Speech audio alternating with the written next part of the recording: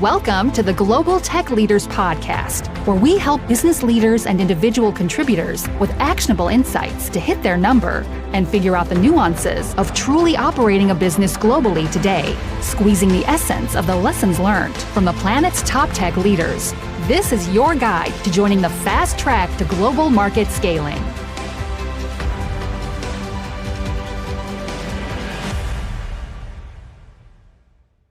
Today, we welcome James Quigley from GoCanvas, a mobile platform that makes it simple for any business to automate how work is done, replacing those outdated processes and extensive, expensive paperwork. The app really allows you to integrate across mobile devices, helping you to gather all that information in a seamless way in a centralized location. So we're really excited for James to share his journey, both professionally and from a company perspective. So welcome to today's show, James. Yeah, thank you very much. I'm happy to be here and share some time together. Well, look, I know you've been with this particular segment of your journey for the past 12 years, but maybe just give us a rundown right from the beginning of your career and the inflection points in between, and what's brought you to where you are today, if you would. Sure. So I'm a fairly classically trained engineer, worked in some very large American Fortune 500 companies. Typically at that inflection point of engineering and where it touches customers. So worked in service engineering in a large Fortune 500 company, a division of United Technologies, and then and many of my jobs after that were sort of at that touch point, the osmotic point between customers and products. But about 21 years ago, I moved to the Washington, D.C. area during the internet boom. And in all good timing, I moved here when startups were going crazy, but I joined an industry that was not going crazy yet, which was mobile and wireless. I was fascinated and driven to find out how mobile and wireless technology could help businesses. But in the late 90s, that just wasn't a thing. There was no iPhone, there was no Android. Wireless speeds were really terrible. But along that journey of the 21 years in the DC area, I've been involved in a number of not so successful and some very successful technology startups that put me in a position about 12 years ago when I left a very large technology startup called VeriSign, the organization that manages the world's internet effectively, to start my own gig. This is my first time in the captain's chair, which was starting GoCanvas, which did 12 years ago with a number of colleagues in the mobile and wireless space. So what I'm really fascinated by is that transition from an engineer. So you're very much akin to what I've done in my own career. I'm a computer scientist by training. I kind of rounded that off with a master's in international business and marketing. And then I jumped right into the workforce and decided I wanted to run my own gig. There's a book that I read a long time ago called The E-Myth by Michael Gerber, and it's effectively the engineering myth or the doer.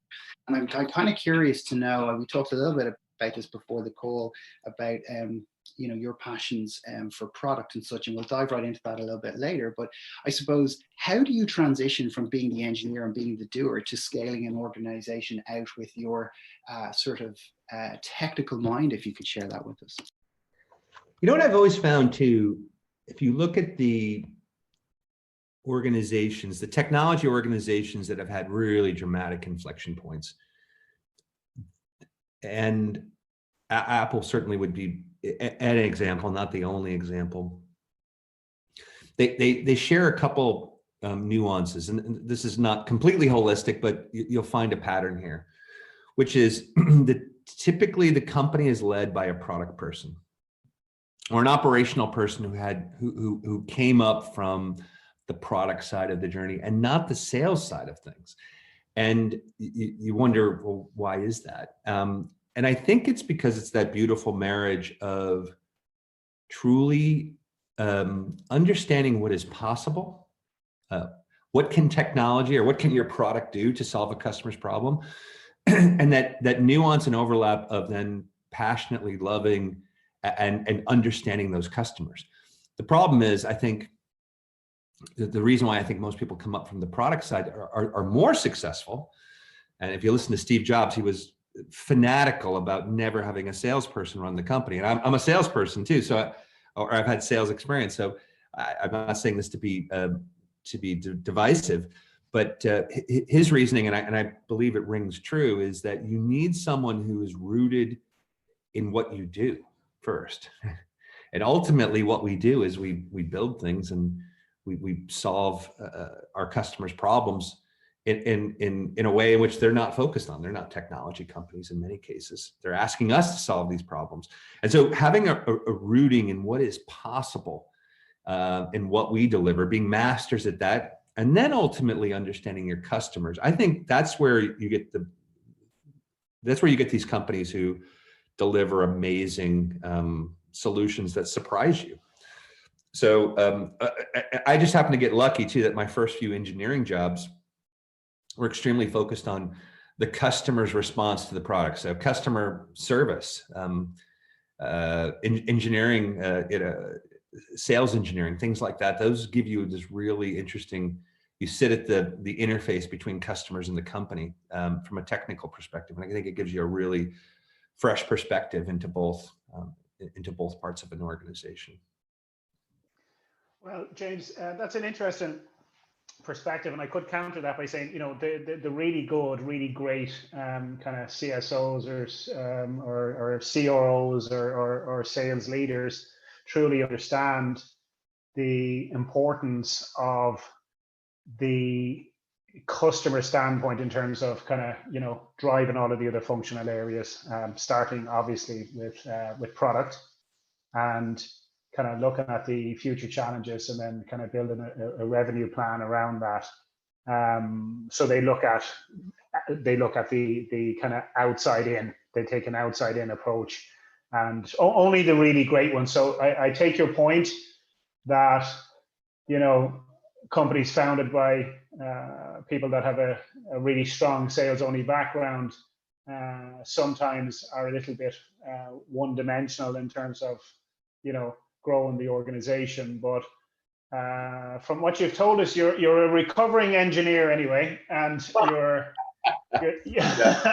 you're the founder, obviously, and CEO of a really great company. I've done quite a bit of research into your organization, and in fact, I found your very first pitch deck, which is really interesting. It talks about kind of digital transformation, which I'll talk to you about in 1 second. But you're the founder and CEO of a company as opposed to joining a company as a CEO. So what advice would you have for CEOs of relatively early stage tech companies as they begin their journey? Wow, that's a great question. I would say every phase has been a moment when I sort of have to evaluate what's my job in all of this, right? And to recognize that it changes quite a bit. Early on, you're focused on a number of things to keep the lights on, especially if you actually start an organization and you've got the journey of just a few people and everything that needs to get done. But there are some interesting inflection points. Sometimes people will mark them by the number of people or the amount of revenue. Certainly the journey from like zero to, in a subscription-based software business like myself, 0 to 1 million is, you know, do you have the beginnings of product market fit? You know, 1 to 10 million, 10 million is usually you consider you have a product market fit. And then what I have found post that is about scale, and scale that unto itself changes an organization and a CEO's role in all of this. My biggest piece of advice, though, for early stage CEOs going through that journey is one, stay amazingly passionate. The passion is going to drive you through the roller coaster ride that is an early stage company, because it will, for some people, it will feel like you're jumping off a cliff versus being on a roller coaster, right? You're jumping into the darkness. You'll absolutely have the lowest of lows and the highest of highs during that journey, but your passion will drive you through.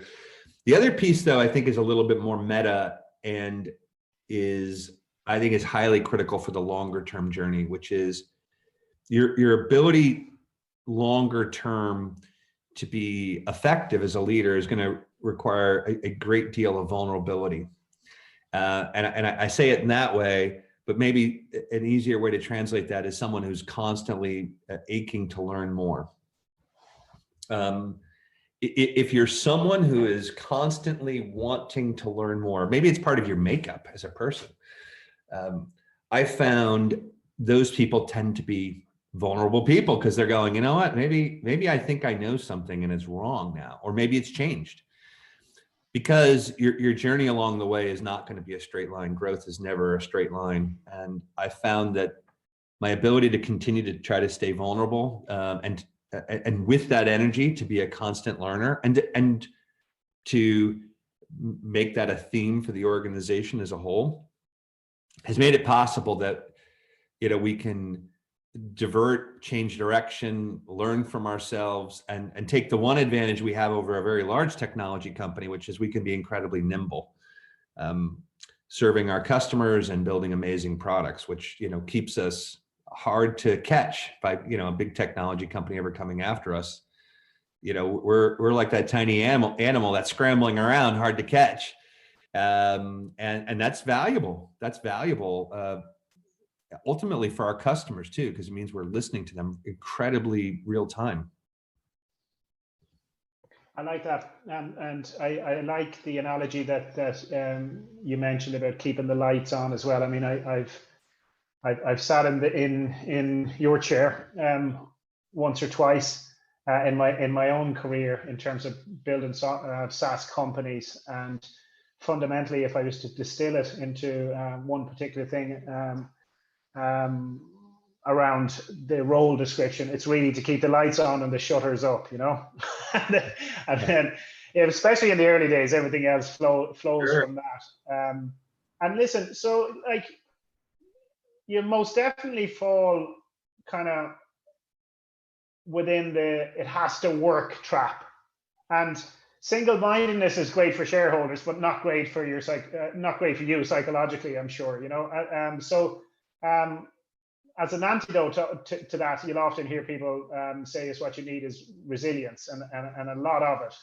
But resilience is like a leaky bucket, you know. It's not limitless. What do you do to kind of solve that in terms of your resilience? Who do you lean on in terms of help and support? Wow, that's a great question, because you're right. Resilience is an underpinning of your ability to stay passionate through this, and it's certainly necessary, and it's lonely too, right? I mean, being CEO means, and I learned this early on. So I was running a very large division of a big technology company in my 20 years here. This is one of the ones that was going really, really well, and I was the equivalent of a CEO, but I was running a president of a large group or general manager of a large division, and I remember I just wasn't having the best day. I don't know. I wasn't up, and I'm usually watching my how I present myself. And it was during an all hands meeting. And this is back when people were using just more text messaging. And I remember somehow someone before Slack, a bunch of people behind the scenes were texting each other going, man, he doesn't sound as up. What's going on? What's going on with our group?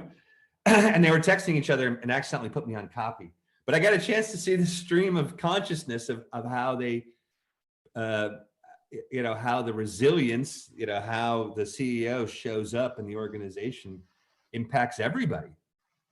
And thus from that, you know, it ends up being a very lonely position, because you know how you show up in the world is going to layer off or trickle down to everyone in the organization. So, you know, how do you work that out? Well, I've got I've got an amazing family and a lovely bride who is helps in all of that. I do a number of crazy, I'm before COVID, I love to travel and enjoy cultures. And then I have a stranger hobby. I play very heavy strategy board games with some friends that allows me to, I know this doesn't sound like it would be relaxing, but they're intense learning exercises. And then you get a chance to work out your tactical or strategic brain in the moment.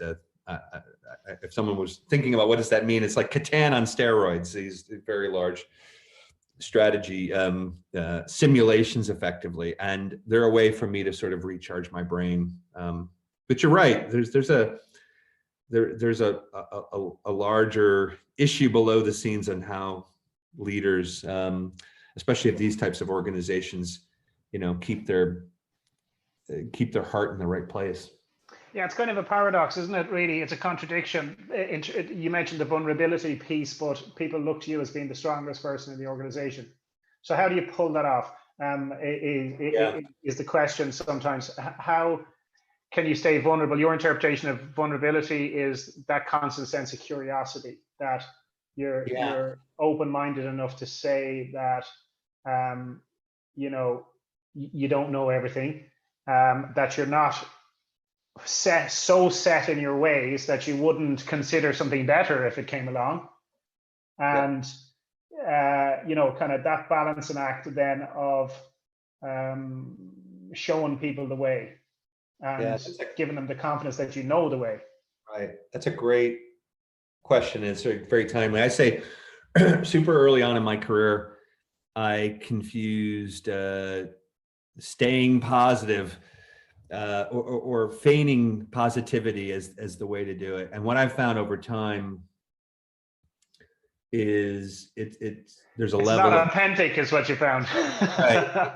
There's a level of transparency where you're not, you're sharing the truth, and as well, letting people know, well, here's what we do how do you steer through darkness is what we say. And ultimately, we've got mental models that we help our team with. Ultimately, one of the best mental models when you're steering through darkness or through, a pivot or a change is you focus on how you improve yourself. Yeah. You focus on your customers too. You focus on the base level. It's almost like the Maslow's hierarchy of needs here. What do you do in those moments? And if you, in those moments, you briefly look down, while heading in the same direction. You want to head out of the darkness. And so what do you do? How do you put your feet down in front? Well, listen, in the end, as long as we're focused on our customers, we're focused on how do you continue to improve yourself? There's a few strategies like that. But to answer your original question is how did I move from sort of feigning positivity all the time to part of it comes down to modeling and teaching empathy within the organization and not sympathy. I believe that's one of our core values as an organization, and it puts us all in a position where we can, as best we can, put ourselves in someone else's shoes. And so I'm constantly putting myself in my team members' shoes. How would they be thinking about this? Well, they're going to be worried about hitting quota. They're going to be worried about, how COVID's impacting their business, or on the positive side of things too. And so I use this strategy it's called the Benjamin Franklin strategy. It's a really cool strategy, which is I write down whenever I'm going to be in a situation like this, I write down all the questions I hope no one asks me. Like, oh shit, I hope they don't ask me this. I hope they don't ask me that. Actually, this works in a whole bunch of different mechanisms, including tough sales positions. And then I answer those questions during presentations. And I usually answer them right up front. And so I don't know, we're having a tough quarter or something's going on. And empathetically, I'm thinking about, well, what would an average salesperson be thinking? But they're probably never going to ask it. Like, what do I hope they don't ask? And I'll answer those. So an example might be, well, shoot, we just had a bad quarter. Are we going to run out of money? Are we going to go to business? Are we not going to be able to serve our customers? Am I going to lose my job? Right? All these questions that might be floating in someone's head. And I will pick from those and answer them. So I don't know, we're having a bad moment. I keep using bad moments. This works in the positive too. And I'll go, hey, if you're sitting there, you might be thinking, wow, we just had a bad month. Are we going to go out of business? Are you not going to serve our customers? And I'm here to tell you it's not the case. So here's what we're going to do that. What you find is everyone collectively, first of all, there's a level of transparency of answering the questions that people are thinking in their head. There's a level of transparency when you share sort of the data behind that. But then you start sharing, what are we going to do about it? Right? And you find people, oh, wow, he actually knows what's going on. They know what's happening. And they drop their shoulders. You can actually visibly see it now. You can see it on Zoom. You can have people drop their shoulders and exhale through this. So I know it's the longest answer ever. No, I love that. I subscribe to that myself. So what you're doing essentially, okay, is you are minimizing the negativity. What happens is a denial amplifies negativity. So if you went out there and say, I don't want you to think that the sky is falling. That is a denial, and what that does is amplify any negativity. So if you hit it straight on and you say it's probably going to sound like the world is falling here, right, and or that the sky is falling and that the world is coming to an end, and people say that is actually kind of what I was thinking.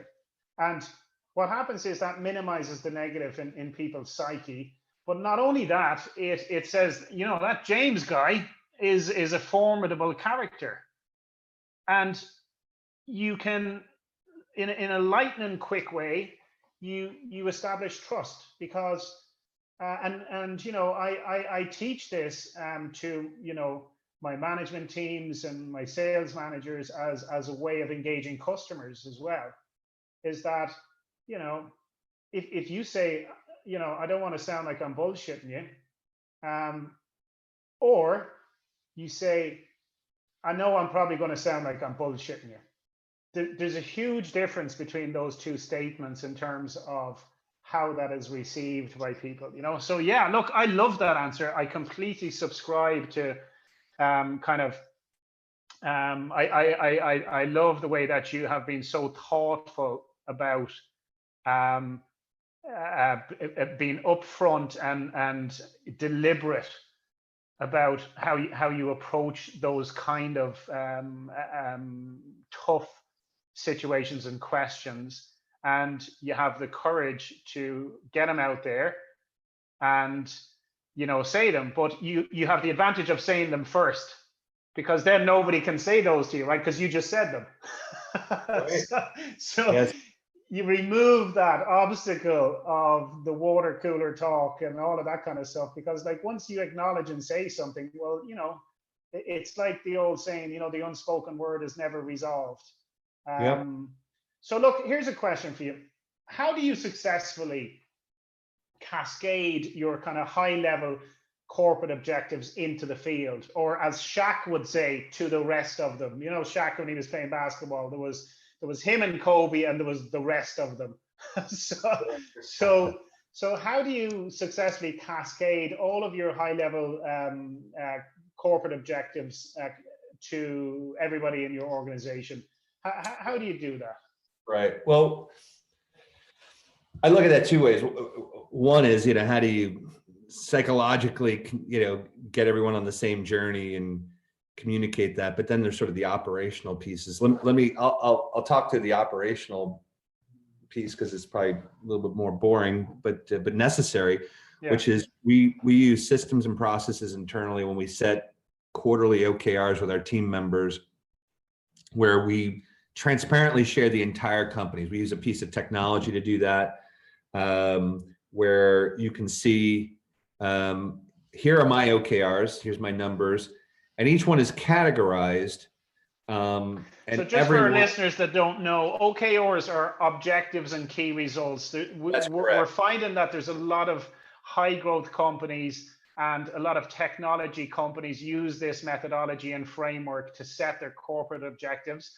and they then cascade down into functional areas. So corporate OKRs then are picked up as individual OKRs for different functional areas. Is that a good description of it, James? Yeah, no, that's a great way of explaining it. I should have recognized that throwing out the name OKR, but it's absolutely a way in which, based on the category, so that you know how you roll up to my objectives, and you can see it because everyone's are transparent in the organization. You can click through. So ultimately, our most junior salesperson knows that if they make set 3 demos today, they know how that rolls up throughout the entire organization and hits one of our top OKRs. Because as a company, we don't have how many demos set as one of our top 3 to 5 OKRs.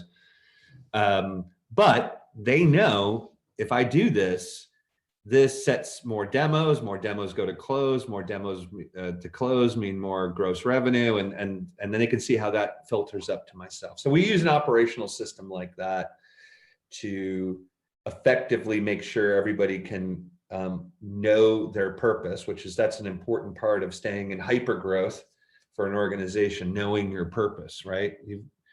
But we also have incredibly regular all hands meetings where we share how we're doing.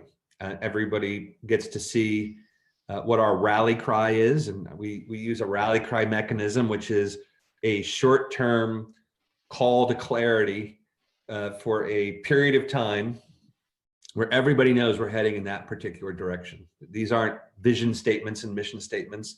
They can sometimes be perceived that way, but it's, hey, this is what's really important to us. In and amongst that might be a big, hairy, audacious goal, or what we call the moonshots here of, hey, remember, here's what we're heading for, right? And our rally cry for this is we're not going to we're not going to let any customer sign up that doesn't talk to us, or it could be something very specific, or usually it's more qualitative than that.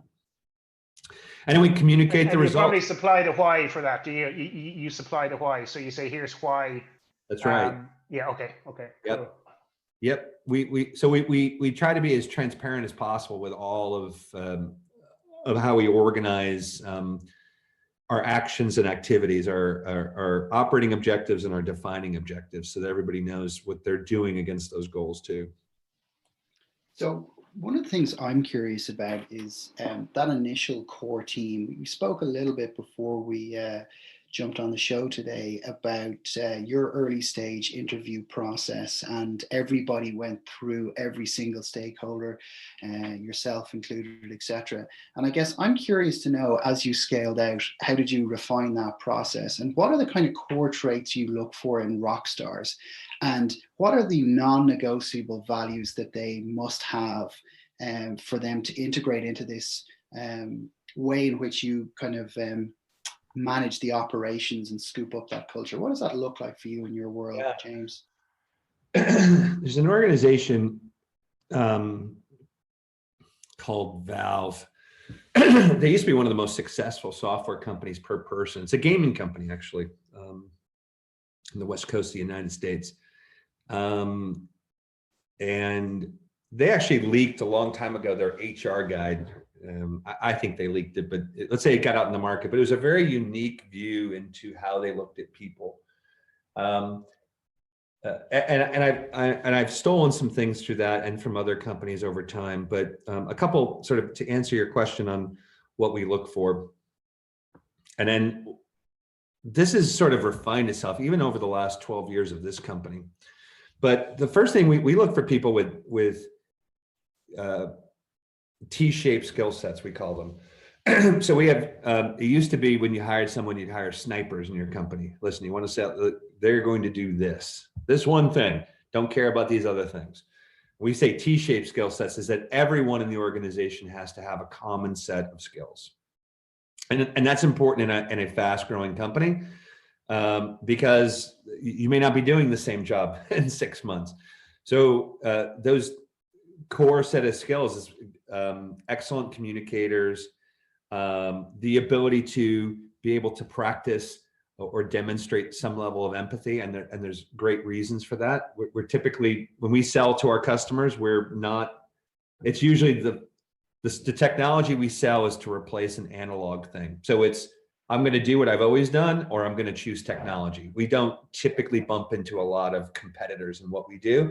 And so it requires a heavy amount of empathy, and passion would be another core component. Someone who can show a lot of passion, because you're convincing someone to make a dramatic change. It would have been like selling computers for the first time into a company. Like, hey, you're gonna use computers or not? It's not like, I've definitely proven I need a computer. I'm on my 4th version of computers. Am I going to get this version of that? So we use a number of T-shaped skills, that the horizontal piece that we look for in every team member. And then based on your department and your job, we look for those, the vertical alignment. Yeah, you might have to be a great communicator in our company, but someone who is energized by talking to people in sales is going to be important. Literally getting on the phone and actively having conversations, and someone who's a great listener in those moments too. So we define those T-shaped skill sets based on what group you are in the company. But I did want to hit on one thing that we sort of learned over time, especially I'd say in sales, but that is sort of opened our eyes. We always, we hire a lot of kids right out of school.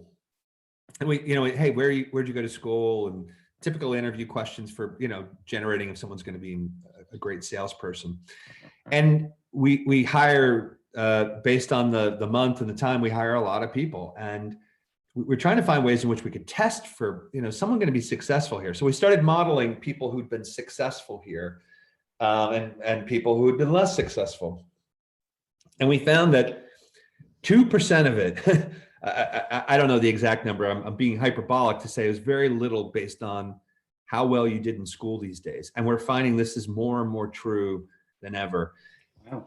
What we determined was the thing that was really deterministic about someone's success was grit. And more and more and more often are we finding it's this grit or hunger. And so how would you test against that? The ability to be what we found was, it was the strangest things on resumes that determined if someone's being successful. So did someone, when they were in high school, have a job, especially a retail job, someone where they had to engage with people? Did someone volunteer? Did they show a high level of volunteering? We have a problem in the United States, maybe you have less in Europe, but did someone travel? And typically outside the country.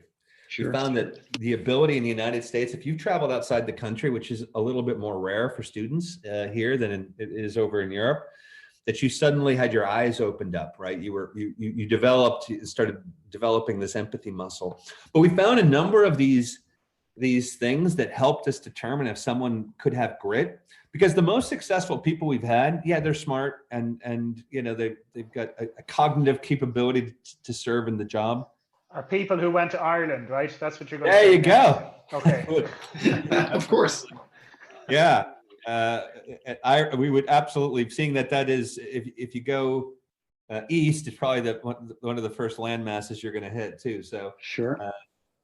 No, yeah, absolutely. But this grit, this idea of grit, helped us determine, and that, by the way, that sort of works in almost any position in the company too.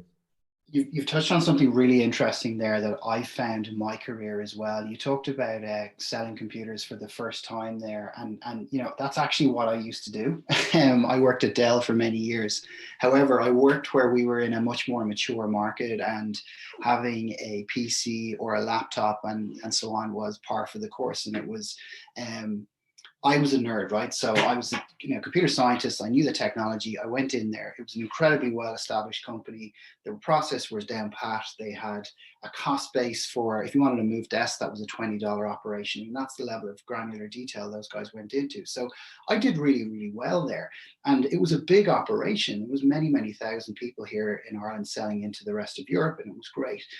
But what was really interesting was that it was a need to have product. Everybody who had a computer had a need to have it because it's a fundamental part of the way we work today. And then I moved my career into software in Quest and HubSpot. And I found it was very much the case of what you touched on earlier there, James, in relation to it's a transformation of somebody's business. It's a totally different sale. And what was really interesting was I left Dell to pursue a software career, but there was a wave of redundancies that happened because there was just a shift in the economy. You know, it was more of a commodity item and the company had to change its ways. And I'm kind of really curious on that. Where I saw people be institutionalized in an organization and not learn. And then I saw people who had those great qualities who managed to transform the way that they saw how they sell and question. And one of my first sales leaders I actually interviewed was my first boss. He said, I left Dell and I had to learn how to sell again. It was one of our early podcasts we did this year. And he said, I had to learn how to sell to C-level. Maybe could you talk to us about your sales process and how you kind of engage the customer and how those great qualities present themselves in that sales process, because you're making that shift. I'm curious how you get those customers to kind of go through that journey with you, as it were. Yeah, that's a great question. And it's an ongoing journey for us too, because we have two muscle memories in the company. So one, we asked ourselves, how do we, when we're talking to customers who are having to make a big shift like that, how do we make that as small a stair step as possible?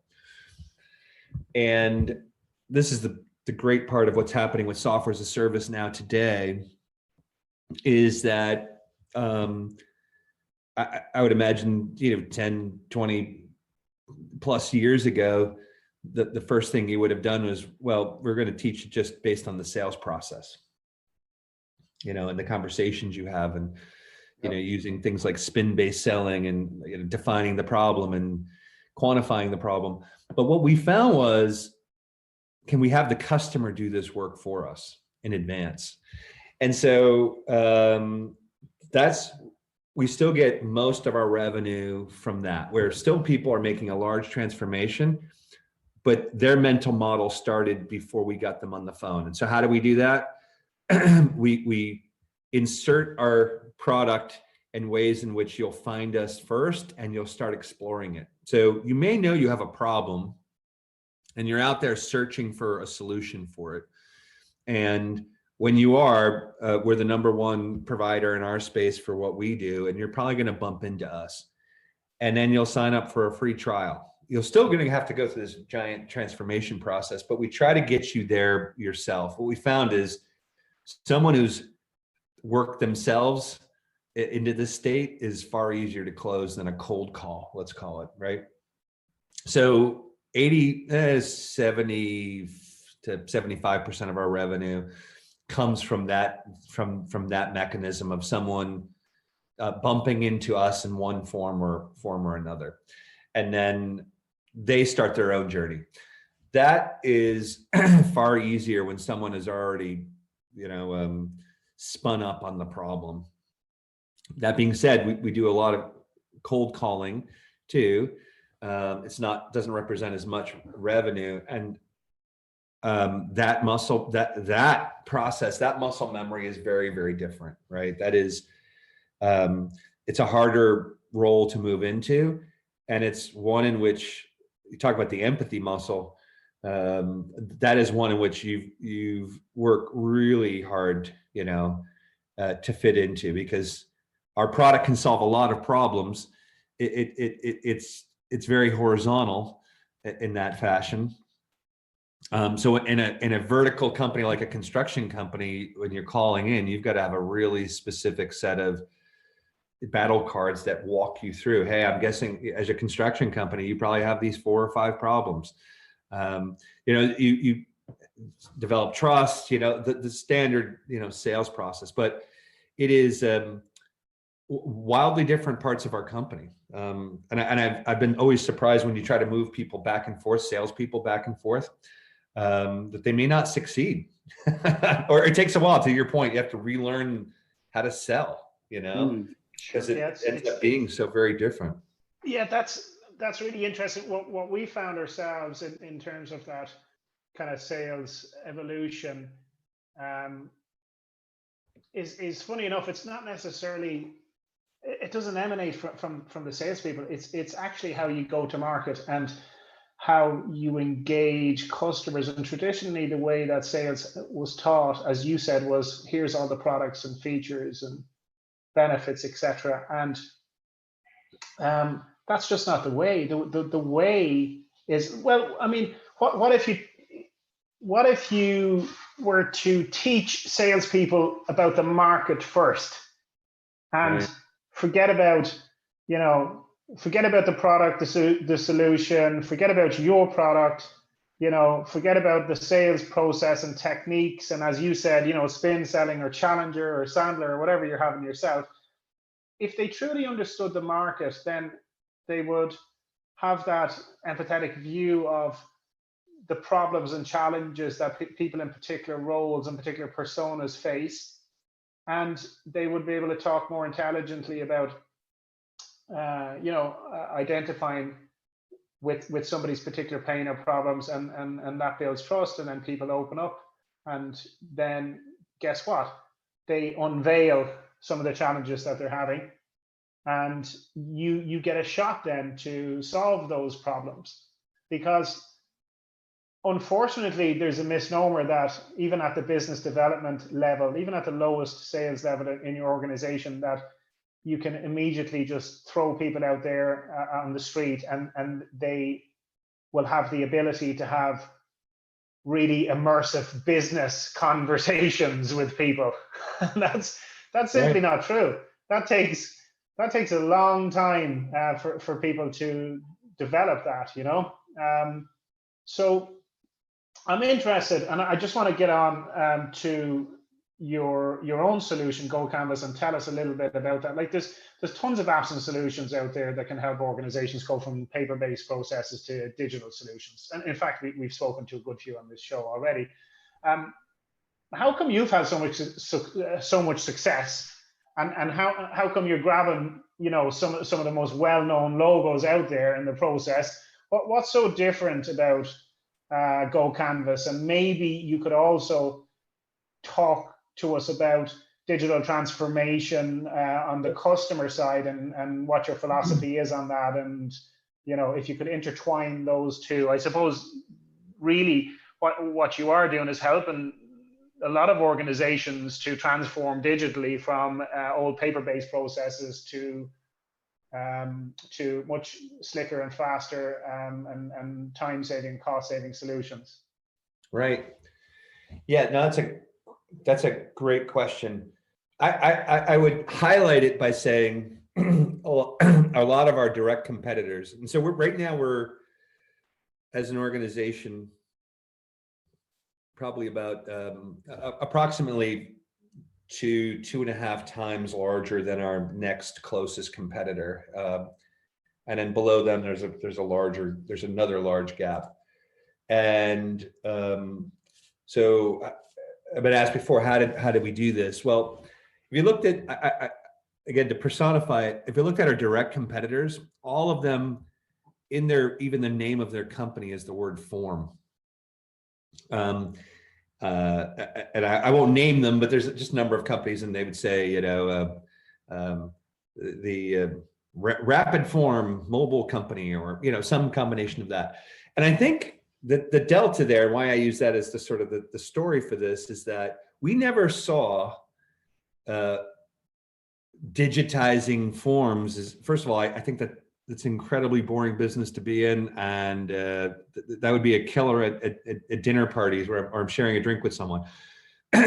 We never saw that as exciting or even what customers wanted us to do, right? That was, it might be even how we market our product, but ultimately that's a feature of a larger benefit. And we saw that, hey, if you had paper forms, that's a visual cue, an artifact that tells us your business is probably not truly jumped into the full capabilities of what technology could do to help your business, whether to make more money or stay productive, or improve productivity, or to stay safer.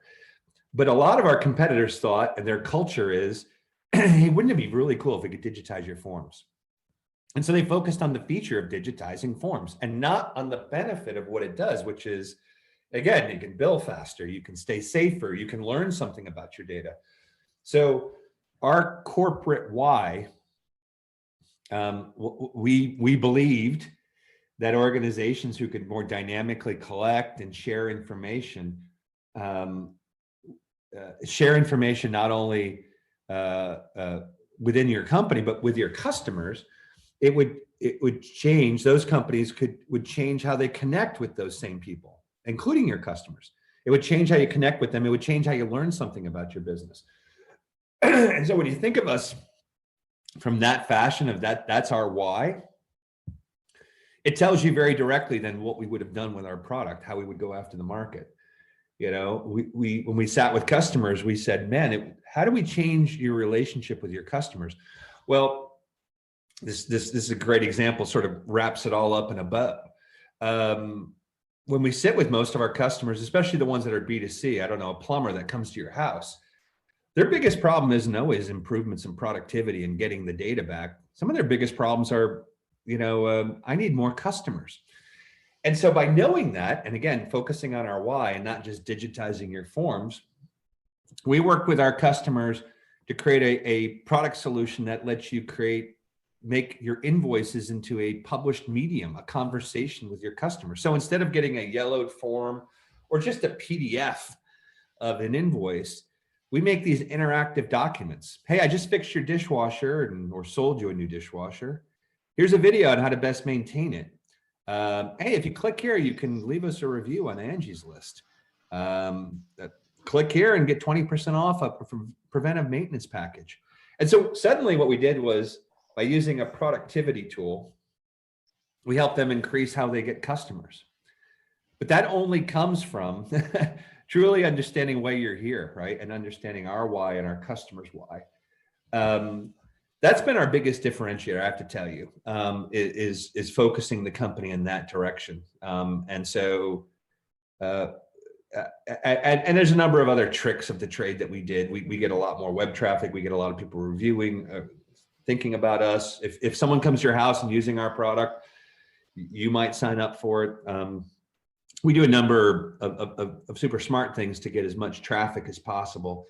But I would say the biggest summary point was understanding our why and staying true to that in that fashion. It sounds like it gives you also an opportunity to monetize other elements in the peripherals of the core solution. I don't know if you're familiar with the jobs to be done theory with respect to really figuring out what is somebody hiring your software to do? What job is your software being hired to solve right. or to do?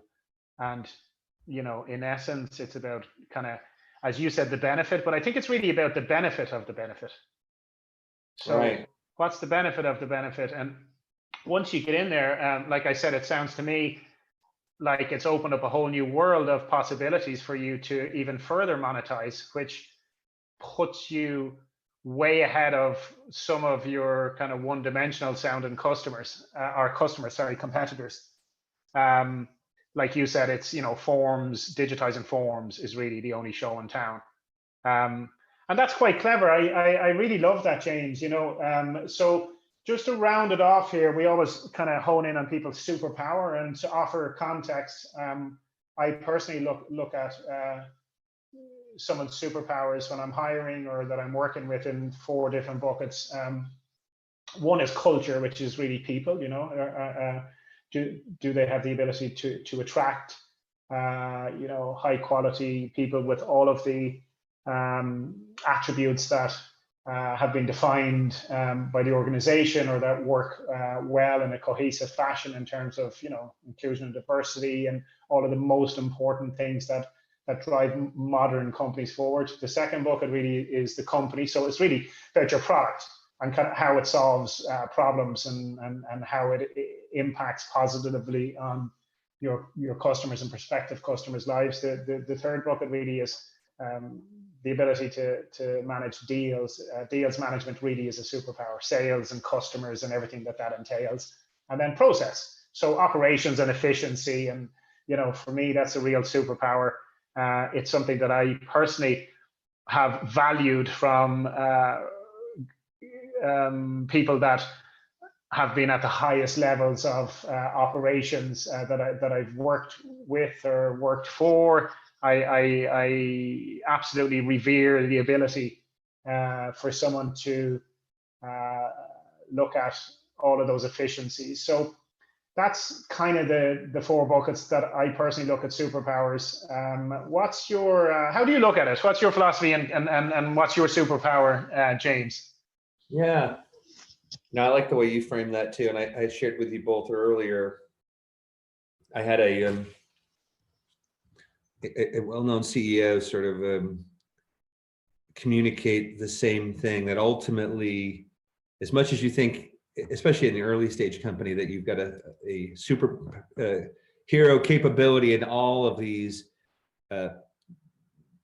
different paths, these different focus areas, that ultimately you sort of have to pick one, and then make sure you've got great people around you that we don't fall down, that a weakness doesn't become a detriment. And I would say I am extremely proud of the cultural elements of the company that we've created. And I love working with great people. I'm not always sure I'm the best at doing that. So what I do is we end up over hiring. I'd say we over interview and work really hard and triple check our work. I love and have run sales groups before, and I've gone through intense junior salesperson training in my day, and I love the sales process. I'm not sure I'm the best salesperson, other than I would say why I'm a good salesperson is because of my passion for the third one, which is I'm incredibly passionate about our ability to what we deliver, and how it solves our customers' problems. And it sort of rounds back to the beginning of the podcast too, when we were having this conversation of product-based versus sales-based led companies, and the best product-based leaders to think of it in the same fashion you said too, sort of this design-based thinking, that or human-centered design-based approach too, which allows you to start with the customer, right? You're starting with that instead of, hey, I want to build this thing that I think is just cool. You design this human-centered design, this design-based thinking brings in, starts with the customer and moves out from there. But the cool part of doing that from a product perspective is that as an engineer or as a product-based person, you know how plastic flows. You know what a 0 and a 1 can do. You've got a command and an understanding of making the impossible possible through the use of tools that our customers don't know are available. And I love that part. I love that part, not the piece of designing just something cool from an engineering perspective, but I like that human-centered design piece where I get a chance to really understand where our customers are trying to go, what their larger meta problems are, what they're trying to achieve, and can we help them achieve that? And can we do that through the things we do, which is our product? That probably is what gets me most excited and has helped me get to where I am, is that constant ongoing focus, and it is a journey too, and not a straight line. So it's the wild journey of how you get there. But I think that I would consider that my superhero power, is that focus on product. Couldn't agree with you more on that. I think life and business is a journey, never a destination, and it's about having that belief to better what you have. You establish a product market fit, you add value to your market. You're good at what you do, obviously, but you're continually iterating and improving. So yeah, certainly a value I hold here. Well, look, James, I really want to thank you for some of the tremendous insights you've shared with us today. You've definitely set the tone and articulated incredible passion with us. So look, I hope that you've enjoyed it certainly as much as both John and myself have. Absolutely. This has been great. Thanks for taking the time for us to have this chat. Our pleasure. Thank you, James. Yeah, we wish you the very best in your future endeavors. It looks like the sky's the limit for you guys in terms of what you do. I certainly will be keeping a keen eye out. The way you've described your market, it looks like there may be some M&A action on the cards for you guys soon. So I definitely wish you the very, very best in the future in terms of your growth with GoCanvas. Thank you very much, and good luck to you too as well. Thank you. You've been listening to the Global Tech Leaders Podcast, designed for both established and aspiring career-focused tech rock stars, as well as helping leadership figure out how to speak global in today's multicultural world. For further details, check out sf-talent.com.